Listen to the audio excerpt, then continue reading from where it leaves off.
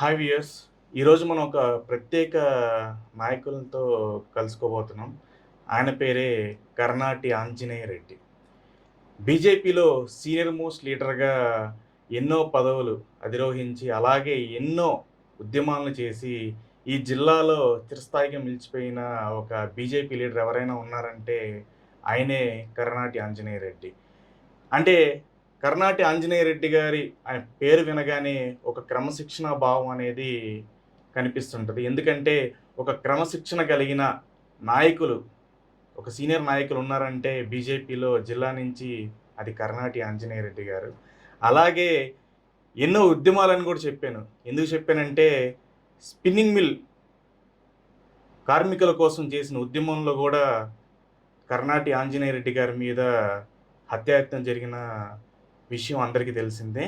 అలాంటి ఉద్యమ నేపథ్యాలున్న సీనియర్ నాయకులు కర్నాటి ఆంజనేయ రెడ్డి గారు ఈరోజు మన స్టూడియోకొచ్చి మన ముందు వారి రాజకీయ నేపథ్యం, అలాగే ఇప్పుడు ప్రెజెంట్ రాష్ట్ర అధికార ప్రతినిధిగా బీజేపీలో ఆయన కొనసాగుతున్నారు. Sir, thank you so much మా ఆహ్వానం అందించి మా స్టూడియోకి వచ్చినందుకు. Thank you Chaitanya. మీ స్టూడియోలో ఈరోజు మీతో కలిసి ఉండడం నాకు చాలా సంతోషం. ఎస్ఎస్ న్యూస్ను గురించి వినడము అనేక సందర్భాలు విన్నాను. మీరు సామాజిక స్పృహతోటి సమాజంలో చైతన్యం కలిగించాలా, ప్రజా సమస్యలు తెలిసే విధంగా వాటి పరిష్కార మార్గం వైపు మీరు ప్రత్యేకంగా ఈ ఎస్ఎస్ న్యూస్ ఏపీ ఏర్పాటు చేశారని అనేక సందర్భాలు విన్నాను. ఈరోజు ప్రత్యక్షంగా మీతో పాల్గొనడం, మీ స్టాఫ్తో కలుసుకోవడం, మీ ఇంటర్వ్యూలో పాల్గొనడం నిజంగా కూడా నేను చాలా సంతోషంగా ఉంది. I wish you all the best. Thank you sir. అంటే ఈరోజు ఇంటర్వ్యూ అని కాకుండా జస్ట్ మాట మంతిలాగా సింపుల్గా ఏంటంటే నో ప్రాబ్లం. అసలు మీ రాజకీయ నేపథ్యం ఎలా స్టార్ట్ అయింది సార్? అంటే మామూలుగా బీజేపీ పార్టీలోకి ఎంటర్ అవ్వాలంటేనే ఆర్ఎస్ఎస్ అభ్యర్థిగా వారి ఏమంటారు అది స్టార్ట్ అయ్యి దాని తర్వాత పార్టీలోకి ఎంటర్ అవుతారు. అసలు మీరు ఎలా ఎంటర్ అయ్యారు? అసలు రాజకీయాల్లోకి ఎందుకు రావాల్సి వచ్చింది? మా స్వగ్రామం సంఘంలో నేను చదువుకునే సమయంలో హై స్కూల్లో ఉన్నప్పుడు ఆర్ఎస్ఎస్ తోటి పరిచయం ఏర్పడింది. సంఘం అంటే బహుశా మీకు ప్రత్యక్ష అనుభవం ఉందో లేదో నాకైతే తెలియదు, కానీ రోజు శాఖ జరుగుతుంది ఒక గంట సేపు. ఆ గంట సేపు జరిగే శాఖ ఈరోజు మొత్తం భారతదేశాన్ని మార్చేసింది. అది మళ్ళీ అది వేరే విషయము. ఆ శాఖకి వెళ్ళడం ప్రారంభించాను నేను. ప్రధానంగా ఆ సమయంలో మా సంఘానికి పోస్ట్ మాస్టర్గా కోడూరు సత్యం గారనే, ఆయన అసలు పేరు వల్లూరు సత్యనారాయణ గారు, అందరూ మేము కోడూరు సత్యం గారు అంటారు. చాలా సీనియర్ ఆర్ఎస్ఎస్ నాయకులు. అప్పుడు సంఘంకి వచ్చారు. అప్పుడు అత్యవసర పరిస్థితి ఉంది. ఆ పరిస్థితుల్లో సంఘంతో నేను సంఘశాఖ పోతున్నప్పటికి కూడా వీరు వచ్చిన తర్వాత, సత్యం గారు వచ్చిన తర్వాత నన్ను చాలా ఎక్కువగా మోటివేట్ చేశారు. నేను కొంత హుషారుగా ఉండేది మనిషిని. అప్పుడే ఇంటర్మీడియట్ చేరున్నాను. అప్పుడే ఎమర్జెన్సీ కూడా విధించున్నారు. కొద్దిగా పిల్లల్లో హుషారుగా కనిపించేది నేను. అందువల్ల వారు నన్ను దగ్గరికి తీసి, నువ్వు ఇప్పుడు చదువు ఇంటర్మీడియట్ పక్కన పెట్టు, చదువు కాదు ఈరోజు, దేశం ముఖ్యము, అత్యవసర పరిస్థితి, దేశం చాలా ప్రమాదంలో ఉంది, దేశం నియంతృత్వ వైపు నడుస్తుంది, నువ్వు బయటకు వచ్చి పని చేయాలని నన్ను సంఘలో అప్పటికే సంఘంలో ఉన్నాను నేను. నన్ను బయటికి పంపించడం జరిగింది రహస్యంగా పనిచేయడం కోసం. అండర్ గ్రౌండ్ వరకు చాలా చిన్న వయసులో కందుకూరు, తర్వాత ఒంగోలు వెళ్ళి అక్కడ అండర్ గ్రౌండ్ వర్క్ చేయడమే కాకుండా ఆర్ఎస్ఎస్ యొక్క సాహిత్యం ఏదైతే ఉందో రహస్యంగా అందజేయడం. ఆ రోజుల్లో బయట ఎవరు తిరిగిన ఆర్ఎస్ఎస్ అంటే లక్షలాది మందిని ఆ రోజు జైల్లో వేయడం జరిగింది. ఇంక్లూడింగ్ మా వెంకయ్యనాయుడు గారు కూడా 18 నెలలు జైలు శిక్ష అనుభవించారు. ఆ సమయంలో నేను సంఘతో పూర్తిగా మమేకం కావడము, అదేవిధంగా సంఘ సిద్ధాంతాన్ని అవలోకనం చేసుకోవడము. ఆ తర్వాత ఒక 2-3 సంవత్సరాలు గ్యాప్ వచ్చిన తర్వాత సంఘ పెద్దలు కూడా చెప్పారు, నీ చదువు పూర్తి చేయని చెప్పారు. అప్పుడు నేను కాలేజీలో విఆర్ కాలేజీ విద్యార్థిగా చేరడం 79లో. అప్పుడు చేరిన సందర్భంలో విద్యార్థి రాజకీయాలకి నాకు బాధ్యత అప్పచెప్పారు, అఖిల భారతీయ విద్యార్థి పరిషత్తు. దాని యాక్టివిటీని నేను చూస్తూ వచ్చాను. కాలేజీ ఎన్నికల్లో కూడా, విద్యార్థి సంఘం ఎన్నికల్లో కూడా పోటీ చేసి నేను అత్యధిక మెజార్టీతో విద్యార్థి సంఘ లో ఒక బాధ్యత, ముఖ్యమైన బాధ్యత వైస్ ప్రెసిడెంట్కి కూడా జరిగింది. చదువు పూర్తయిన తర్వాత సహజంగా మా పెద్దలు నెక్స్ట్ ఏమిటి, ఏం చేస్తామని అడిగినప్పుడు పని చేయని చెప్పిన తర్వాత ఆ రోజు బీజేపీ యువజన విభాగము, భారతీయ జనతా యువమోర్చాలో జిల్లా బాధ్యత ఇచ్చారు. జిల్లా ప్రధాన కార్యదర్శి, తర్వాత మళ్ళా జిల్లా అధ్యక్షుడిగా, తర్వాత మళ్ళా జిల్లా బీజేపీ కార్యదర్శిగా, యువమోర్చా అధ్యక్షుడు అయిన తర్వాత బీజేపీ కార్యదర్శి అయ్యా. ఆ సమయంలో 89లో ఎన్నికలు వచ్చాయి.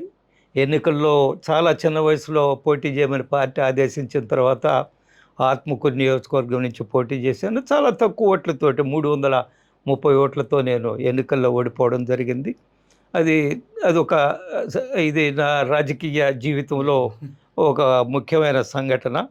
ఆ తర్వాత ఆ విధంగా తర్వాత మళ్ళా వచ్చా, జిల్లా బీజేపీ అధ్యక్షుడయ్యాను. తర్వాత గత 10 సంవత్సరాల నుంచి ఇప్పుడు రాజకీయ రాష్ట్ర అధికార ప్రతినిధిగా కొనసాగుతున్నాను. పార్టీ నన్ను కొనసాగిస్తుందువల్లంటే కొంత అవగాహనతోటి చర్చల్లో పాల్గొంటుంటాను. పార్టీ యొక్క ఆలోచన ఏదైతే ఉందో దాన్ని సరైన విధానంలో దాన్ని ప్రజెంట్ చేయడము, పార్టీ సిద్ధాంతాలు చెప్పడము, ఈ విధంగా నా రాజకీయం కొనసాగుతూ వచ్చింది, ఇంకా కొనసాగుతుంది. Yeah please sir.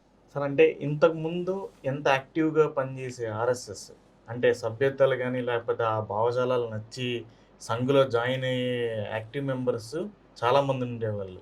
కానీ ఇప్పుడు రోజుల్లో ఎందుకు ఆర్ఎస్ఎస్ యూత్ని ఆకర్షించలేకపోతుంది సార్?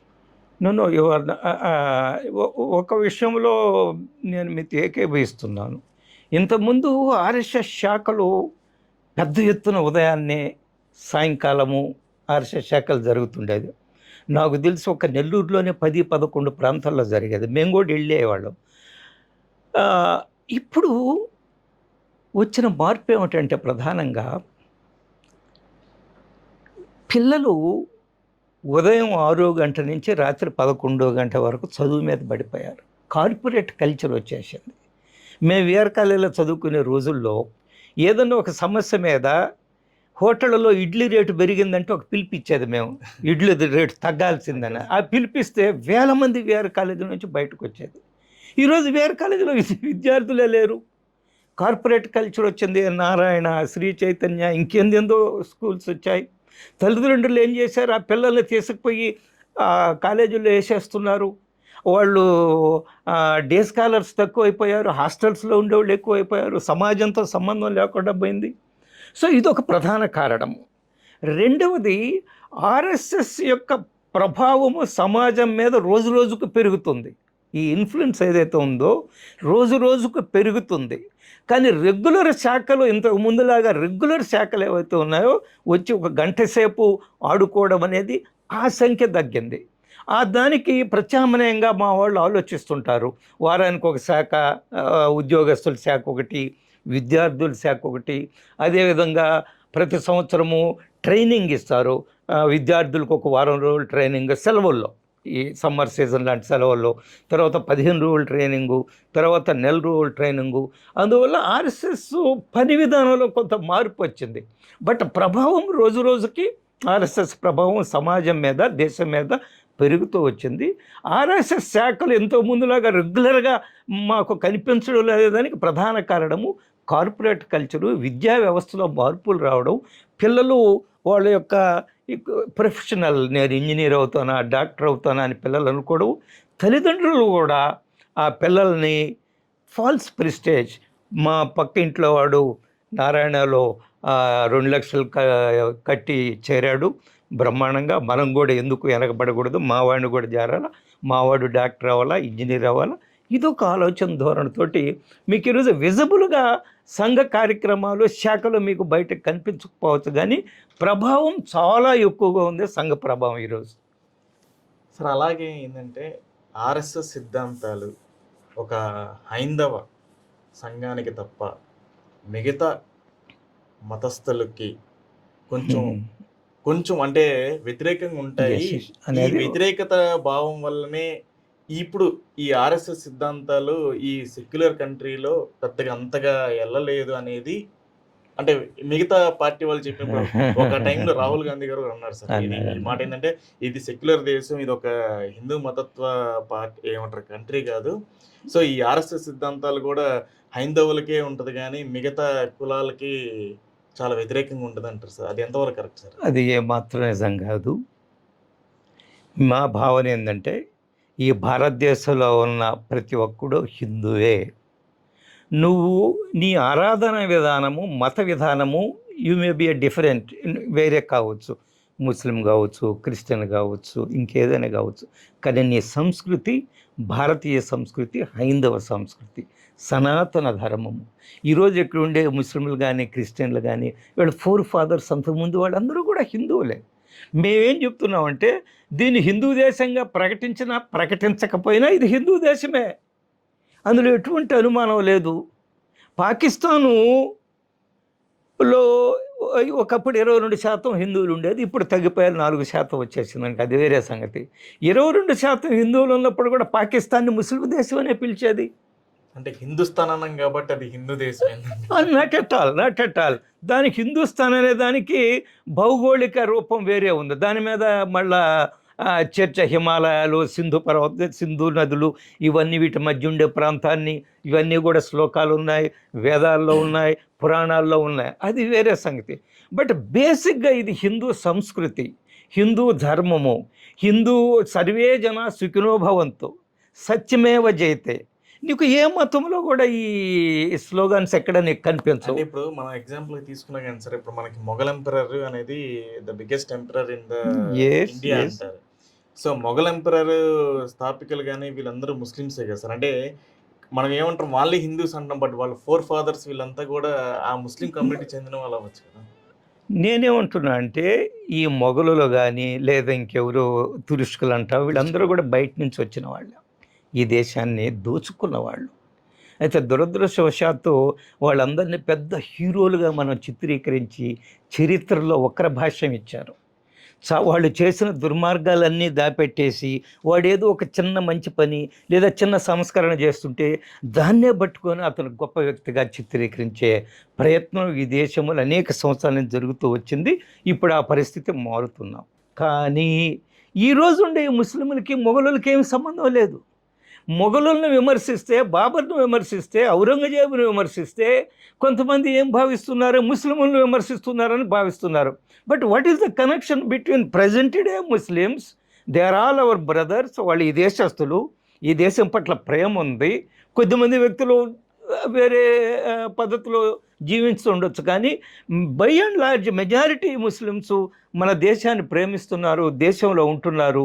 ఔరంగజేబుని, బాబర్ను విమర్శిస్తే ముస్లింలను విమర్శించినట్టు కాదనేది అర్థం చేసుకోవాల్సిన అవసరం ఎంతైనా ఉంది.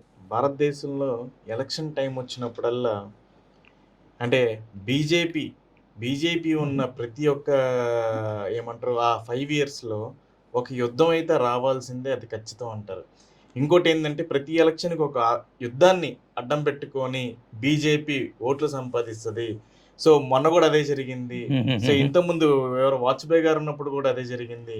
మోడీ ఉన్నప్పుడు కూడా అదే జరుగుతుంది అనేది ఇది ఒక ప్రస్తావన వేరే కాంగ్రెస్ లీడర్స్ కూడా అనేసారు. అంటే అంటే కాంగ్రెస్ ఉన్నప్పుడు ఇన్ని యుద్ధాలు జరగలేదు, కానీ బీజేపీ ఉన్నప్పుడు ఎందుకు వస్తుంది?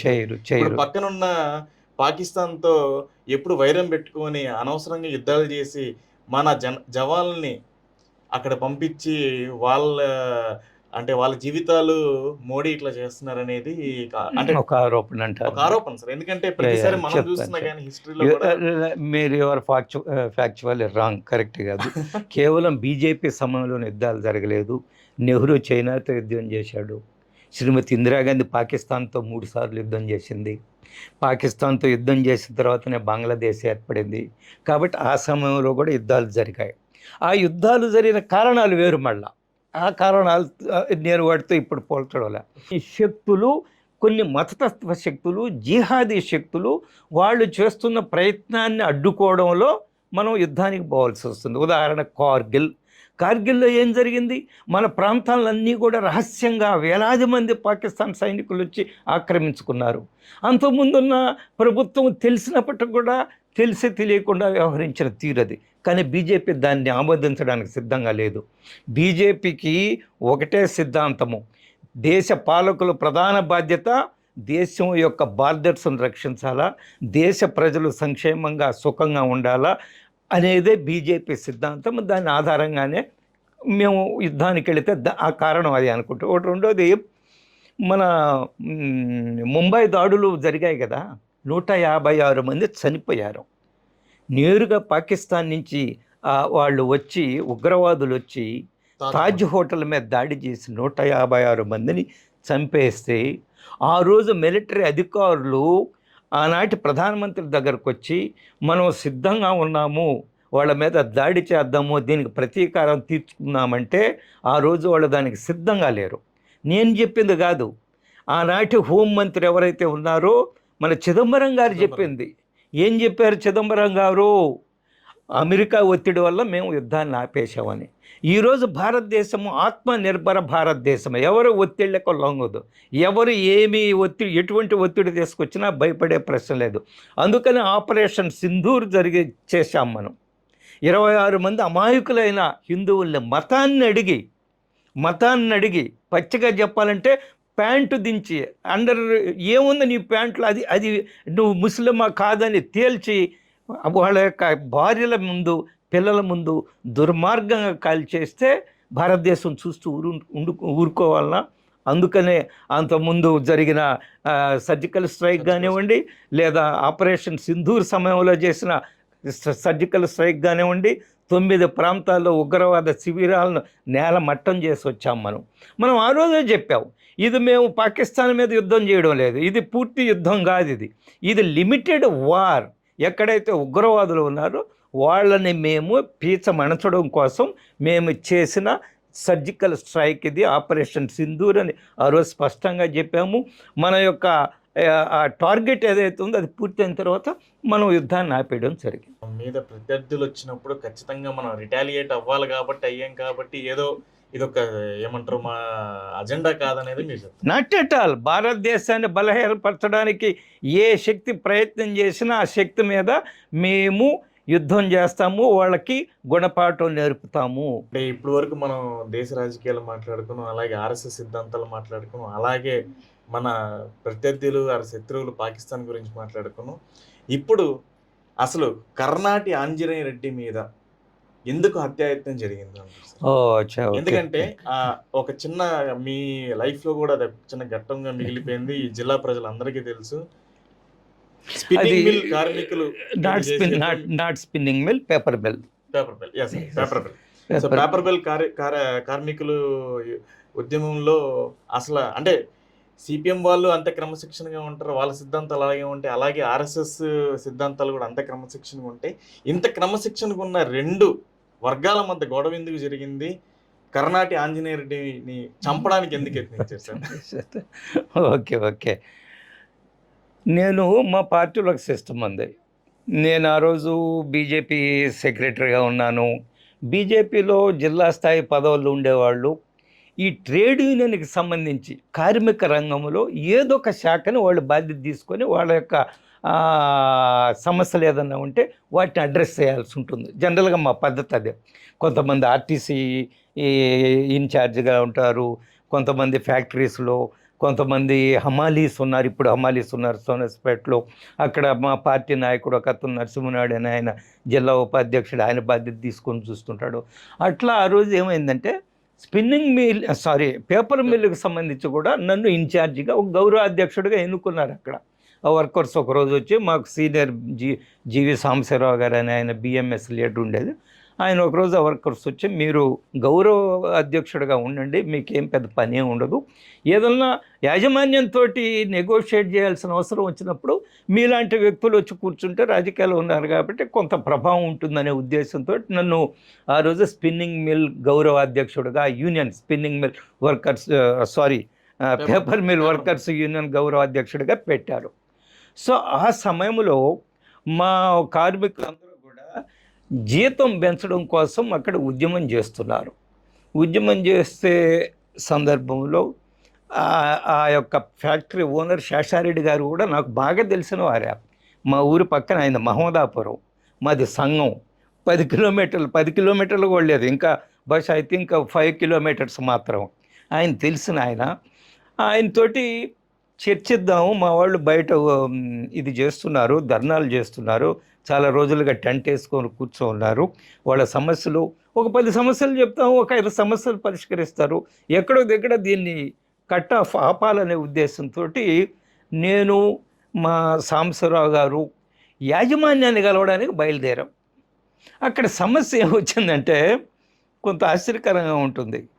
సిపిఎం, సిపిఐ వాళ్ళకి ఉండే పేరు ఏమిటి, వాళ్ళు ఎప్పుడూ వర్కర్స్ కోసం పోరాడుతుంటారు, వర్కర్స్ కోసం డిమాండ్స్, వర్కర్స్ జీతాలు పెంచాలంటే అనే పేరుండే వాళ్ళు, మేము ఎప్పుడైతే అక్కడ ఉద్యమం చేస్తున్నామో మేము చేసే డిమాండ్లు ఒకవేళ యాజమాన్యం ఆమోదిస్తే అక్కడ ఈ బిఎంఎస్ బలపడుతుంది, వాళ్ళ సంఘం బలపడుతుంది, వాళ్ళలో ఎక్కువ మంది వర్కర్స్ చేరిపోతారని ఒక ఆందోళన వాళ్ళల్లో ఉండేది.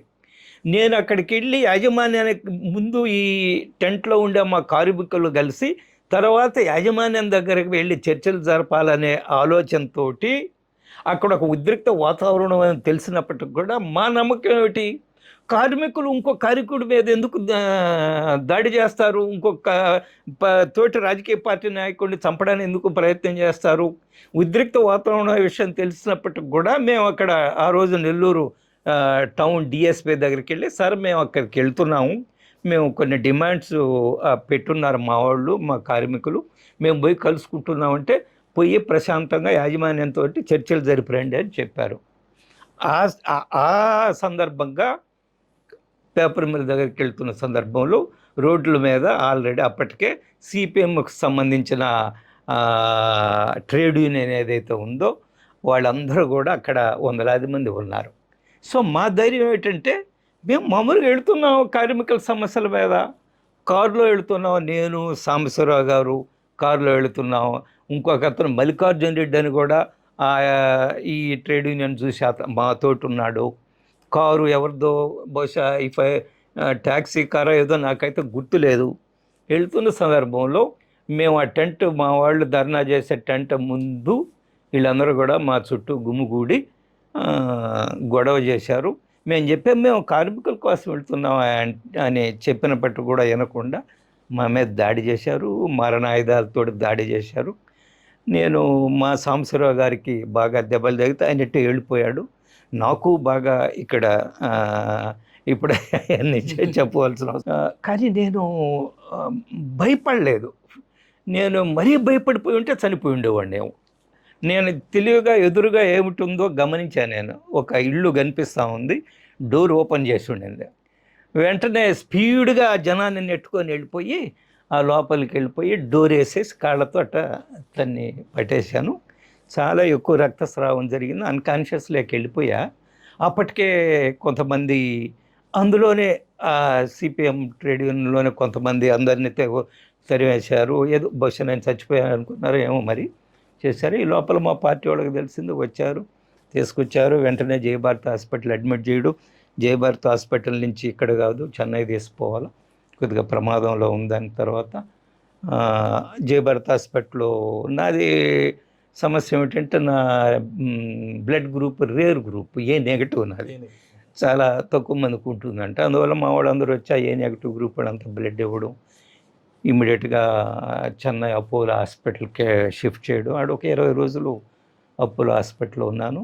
రికవర్ అయిన తర్వాత వచ్చాను.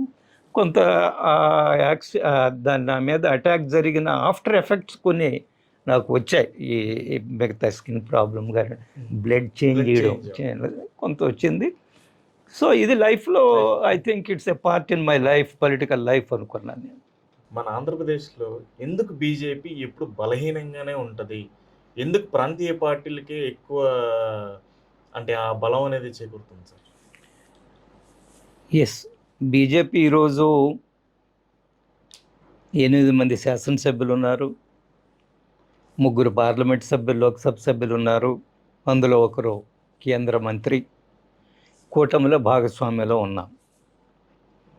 బీజేపీ మిగతా రాష్ట్రాలతో పోల్చుకున్నప్పుడు సౌత్లో కొంత బలహీనంగానే ఉన్నాం.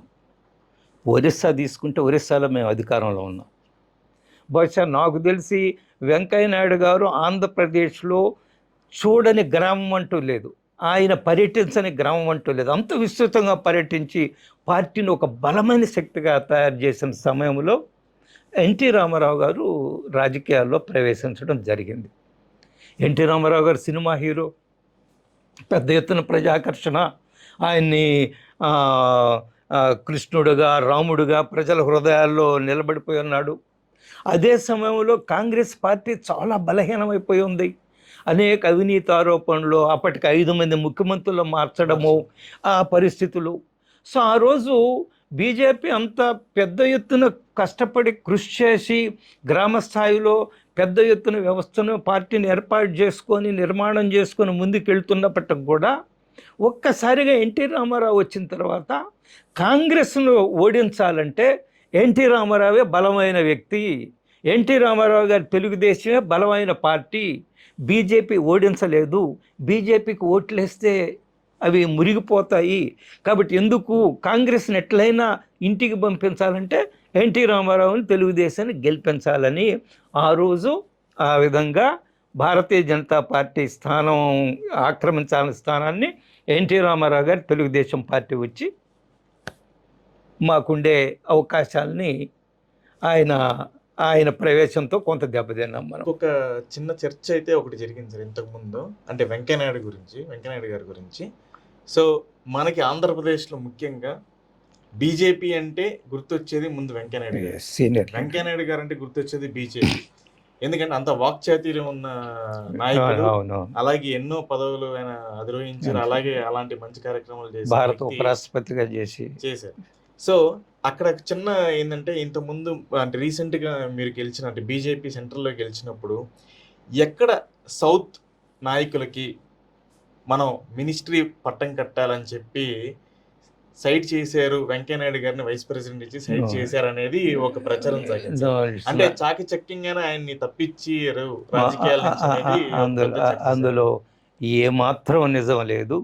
ఆ విధమైన వ్యాఖ్యలు ఎవరైనా మేము వెంకయ్యనాయుడు అభిమానులము అని అటువంటి వ్యాఖ్యలు చేస్తే వెంకయ్యనాయుడు గారిని అవమానించినట్టు అవుతుంది. ఎటువంటి ఆలోచన అటువంటిది కాదు. వెంకయ్యనాయుడు గారు కేంద్ర మంత్రిగా ఉన్నారు. ఆయన ఈరోజు వెంకయ్యనాయుడు గారు వయసు కూడా ఆయన ఏమన్నా 60 సంవత్సరాలు 70 సంవత్సరాల మనిషికి, ఈరోజు ఆయన ఈజ్ ఆల్మోస్ట్ నియరింగ్ 80 ఇయర్స్ దగ్గర పడుతున్నారు. ఆయన కూడా జీవితంలో కొంత ప్రశాంతత, రాజకీయాల నుంచి దూరంగా ఉండాలని అనుకోవడంలో తప్పేమీ లేదు కదా.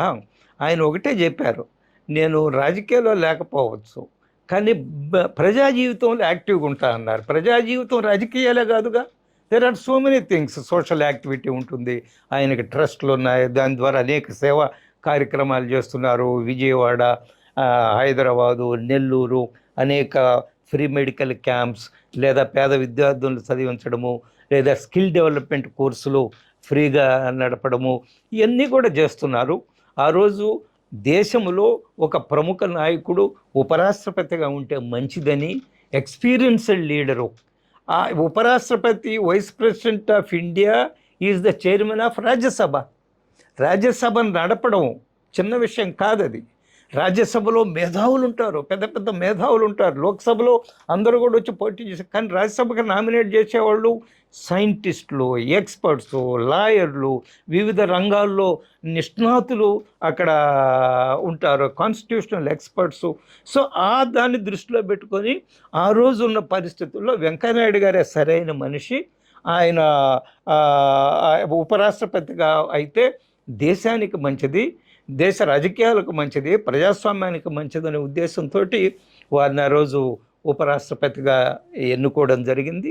వారు ఎన్నికైన తర్వాత రాజ్యసభను నడిపిన తీరు అద్భుతమైన తీరు. అది రాజ్యసభ వారు చైర్మన్గా ఉన్నప్పుడే 370 article రద్దయింది.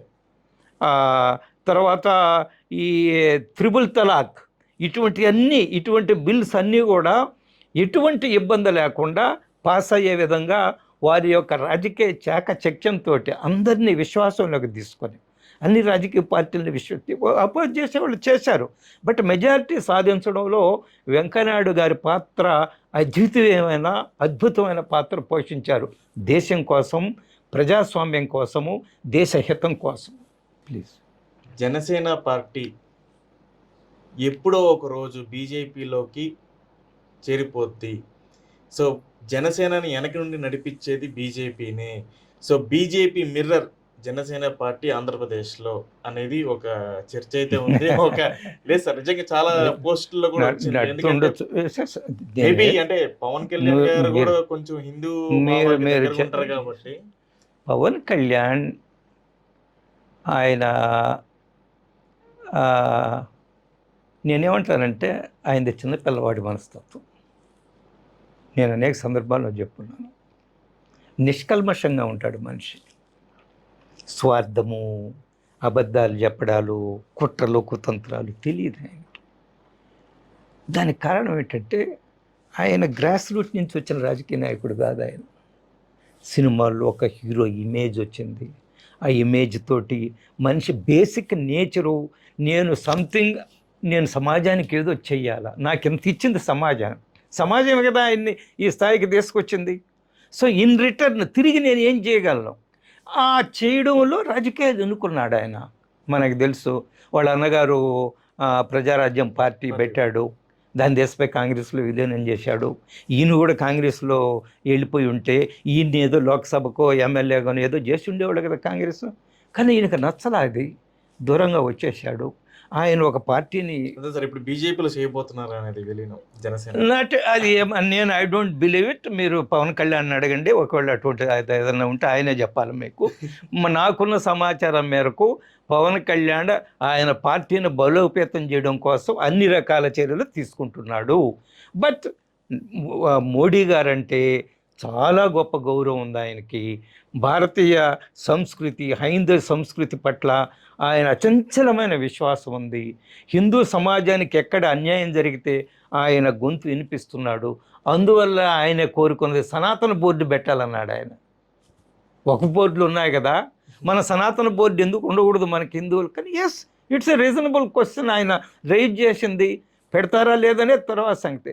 But that man's sincerity from hearts of his hearts, హృదయాంతరాలలో నుంచి మాట్లాడతాడు ఎప్పుడు కూడా.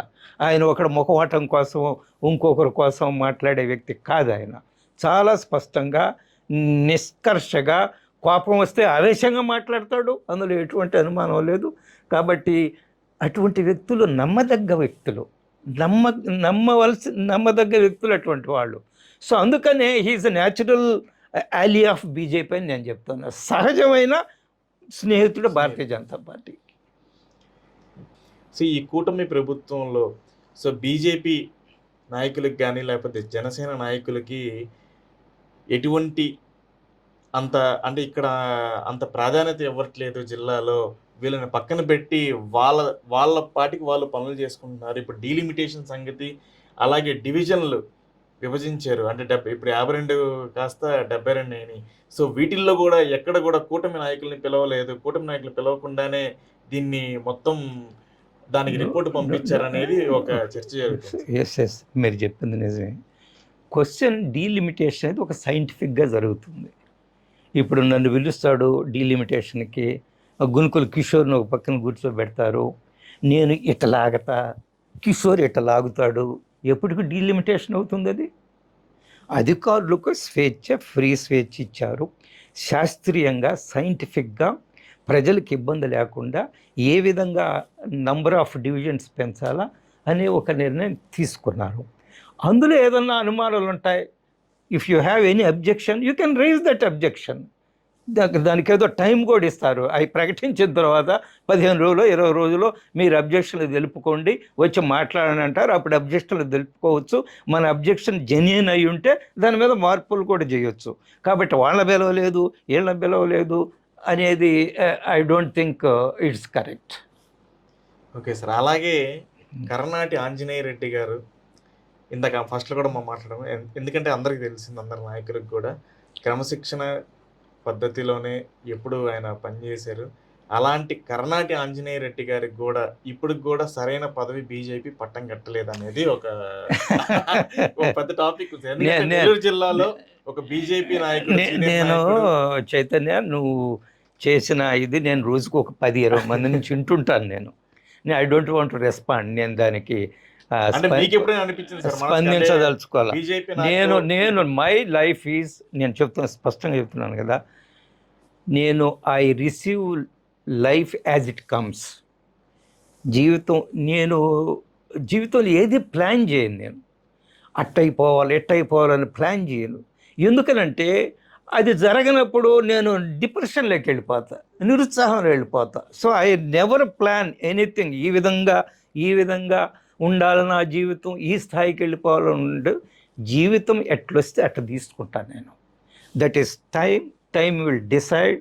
పార్టీ శక్తి సామర్థ్యాలు ఎవరికి ఏమిటో గుర్తించి వాళ్ళు నిర్ణయాలు తీసుకుంటారు. బేసిక్గా నా నేచర్ కూడా డిఫరెంట్గా ఉంటుంది మిగతా వాళ్ళలాగా. నాది ఉండనూరు అందరి చుట్టూ తిరగడం అట్లా నాకు నచ్చదు. నేను రాజకీయాల్లో అది కూడా అవసరం అది, కానీ నాకు బేసికల్లీ నేను I'm not that type of man. మా నాయకత్వం అంటే నాకు గౌరవం ఉంది. నేనంటే నాయకత్వానికి కూడా అభిమానం ఉంది, గౌరవం ఉంది. నా శక్తి సామర్థ్యాలు ఏమిటో నాయకత్వానికి తెలుసు.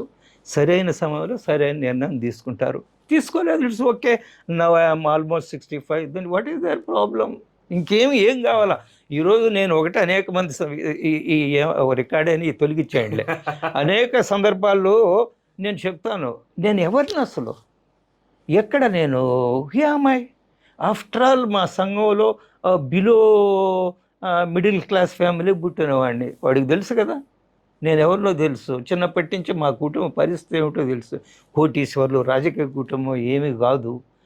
సంఘంలో అందరితో సంబంధాలు, మంచి సంబంధాలు. ఎవరైనా కానీ ఆంజనేయుడు అంటే మంచోడు, లేదా పలానోడు కర్ణాటోళ్ళు అంటే మంచోడు అనే ఇది ఉంది. నాకేం రాజకీయ చరిత్ర లేదు. బట్ టుడే నేను ఎక్కడికి వెళ్ళినా ఆంధ్రప్రదేశ్లో నాతోటి ఫోటోలు దిగుతున్నారు కొంతమంది, సెల్ఫీలకు వస్తారు. అది నాకు నా పార్టీ ఇచ్చిన గుర్తింపు. చివరి ప్రశ్నగా, కర్నాటి ఆంజనేయ రెడ్డి గారు ఈ నెక్స్ట్ ఏవైతే సంవత్సరాలు ఉన్నాయో వీటిల్లో జిల్లాలో ఎలాంటి కార్యక్రమాలు చేయబోతున్నారు, అలాగే మీరు ఇక్కడ జిల్లాలో ఉన్న యూత్కి ఇచ్చే సందేశం ఏంటి, అలాగే మీ అభిమానులకు కానీ లేకపోతే ఇక్కడున్న లోకల్ స్థాయి బీజేపీ నాయకులకు కానీ మీరు ఇచ్చే సందేశం ఏంటి? మాకు రాబోయే రోజుల్లో చాలా పెద్ద కార్యక్రమాలు ఉన్నాయి. ఒకటి, నరేంద్ర మోడీ గారు 12 సంవత్సరాలు పూర్తి చేసుకున్న సందర్భంగా ఈ 12 సంవత్సరాల్లో మేము సాధించిన విజయాలు ప్రజల్లోకి తీసుకుపోవడం, పెద్ద ఎత్తున ప్రజల్లోకి తీసుకుపోవాలి. రెండవది, కేంద్ర ప్రభుత్వ పథకాలన్నీ ప్రతి అర్హుడైన వారి దగ్గరికి చేర్చడం, అది ఒకటి ఉంది. మూడవది, మేము జనతా వారధి ఒక కార్యక్రమం పెట్టున్నాం. ప్రతి సోమవారం ప్రజల్ని తీసుకొని కలెక్టర్ దగ్గరికి వెళ్ళి వాళ్ళ సమస్యలను కలెక్టర్ దృష్టికి తీసుకురావడం. ఇది మా ముందుండే అనేక కార్యక్రమాలు. మొన్నటి వరకు మాకు జిల్లా ట్రైనింగ్ క్లాసెస్ జరిగాయి. 2 రోజులు అందరూ కూడా కలిసి ఒకే దగ్గర ఉండే ఫోన్లు కూడా బయట పెట్టేస్తారు. 2 రోజులు ఫోన్లు కూడా మాట్లాడేది లేదు, అంత స్ట్రిక్ట్గా నడిపారు. యూత్కి ఇచ్చే సందేశం ఏముంది?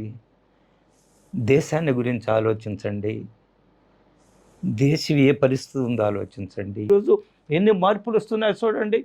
సామాజికంగా, ఆధ్యాత్మికంగా ఈరోజు టూరిజం ఏదైతే ఉందో, స్పిరిచువల్ టూరిజం 1,00,000 కోట్లు దాటిపోయింది. దాని వాళ్ళ యొక్క ఇది, అది రామమందిరం కానివ్వండి, లేదా మన మిగతా ప్రాంతాల్లో ఉండే కారిడార్స్ కానివ్వండి, టెంపుల్ కారిడార్స్ కానివ్వండి, మహాకాళేశ్వర్ మధ్యప్రదేశ్లో ఉజ్జయిని మహాకాళేశ్వర్ దగ్గరికి మీరు ఎప్పుడన్నా వెళ్ళారో, ఈరోజు మీరు ఎప్పుడన్నా మీరు తిరిగి చూసుకొని పోయిరండి.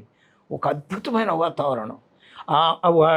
ఆ టెంపుల్స్ కారిడార్ని ఆధారంగా చేసుకొని వేలాది కుటుంబాలు జీవితాల్లో మార్పు. అందువల్ల దేశం మారుతుంది, ఒక అద్భుతమైన దేశంగా తయారవుతుంది. అందుకనే మోడీ గారు చెప్పారు 2047 కల్లా ఒక నిర్భర భారత్ మన మీద. ఈరోజు డిఫెన్స్ ప్రోడక్ట్స్ చూడండి, మనం దిగుమతి స్థాయి నుంచి రక్షణ పరికరాలు ఎగుమతి చేసే స్థాయికి మనం వచ్చున్నాం. మన ఆపరేషన్ సింధూర్లో మన స్వదేశీ పరిజ్ఞానంతో తయారు చేసిన మిసైల్స్ ఏ విధంగా పనిచేసాయో మనం చూస్తున్నాం. అందువల్ల it's a new India, it is going to be a great India. Please subscribe SS News AP.